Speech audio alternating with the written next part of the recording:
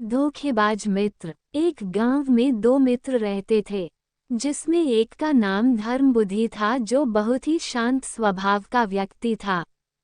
वही दूसरे का नाम पापबुद्धि था जो कि चालाक और धोखेबाज किस्म का व्यक्ति था।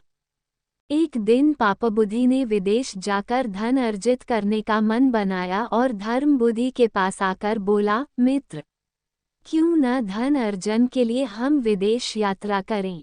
वहां पर्याप्त धन अर्जित करने के उपरांत हम दोनों अपने नगर वापस लौट आएंगे और सुख संपन्नता का जीवन व्यतीत करेंगे।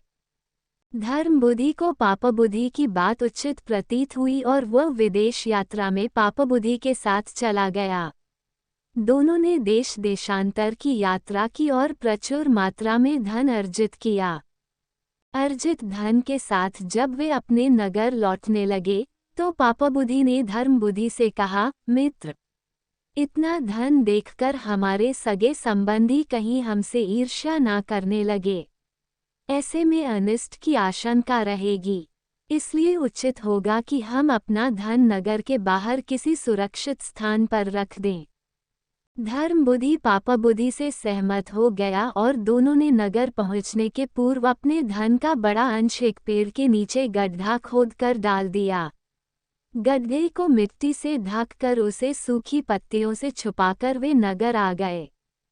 कुछ दिन व्यतीत होने के उपरांत पापबुद्धि उसी स्थान पर वापस लौटा। गड्ढे को खोदकर उसने पूरा धन निकाल लिया और उस पर मिट्टी डालकर पुनः सूखी पत्तियों से ढक दिया। पूरा धन घर में छुपाने के उपरांत वह धर्मबुद्धि के पास पहुंचा और बोला, मित्र, मुझे पारिवारिक कारणों से धन की आवश्यकता पड़ गई है, इसलिए चलो हमारे विदेश में अर्जित धन में से कुछ धन निकाल कर ले आते हैं।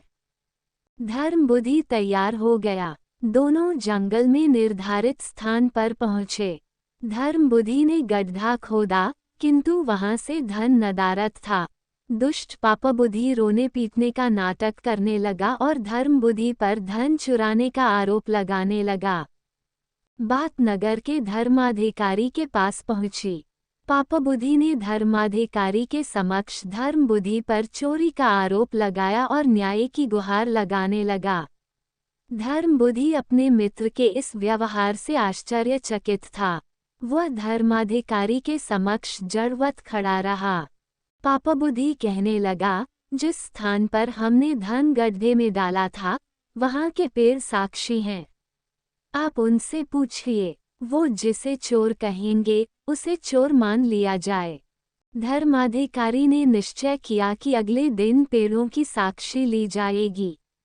साक्षी के बयान अनुसार ही निर्णय सुनाया जाएगा। सुबह मुंह अंधेरे पापबुद्धि ने अपने पिता को गड्ढे के पास के पेड़ की खोखली जड़ के अंदर बिठा दिया और बोला, जब धर्माधिकारी पेड़ से पूछे कि चोर कौन है, तो आप धर्मबुद्धि का नाम लेना।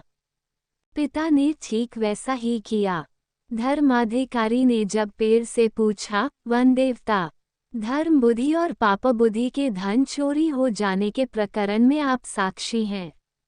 कृपया बताएं इन दोनों में चोर कौन है। प्रश्न सुनते ही पेड़ के खोखले जड़ के अंदर बैठा पापबुद्धि का पिता बोल पड़ा, धर्मबुद्धि चोर है।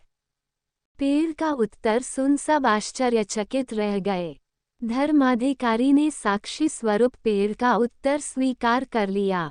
वह अपना निर्णय सुनाने को हुए ही थे कि धर्मबुद्धि ने पेड़ की खोखली जड़ में आग लगा दी। आग की लपटों के कारण पापबुद्धि का पिता झुलस गया और चीखते हुए पेड़ की जड़ से बाहर निकला। मृत्यु पूर्व उसने पापबुद्धि के द्वारा धन चोरी करने का भेद खोल दिया। दंड स्वरूप धर्माधिकारी ने पापबुद्धि को उस गांव से बाहर निकाल दिया। पापबुद्धि को उसके कर्मों का फल मिल गया। एक ओर उसके ऊपर पिता के वध का पाप चढ़ा और दूसरी ओर अपने कर्म का दंड भी मिला। सीख, बुरे कर्मों का फल बुरा ही होता है।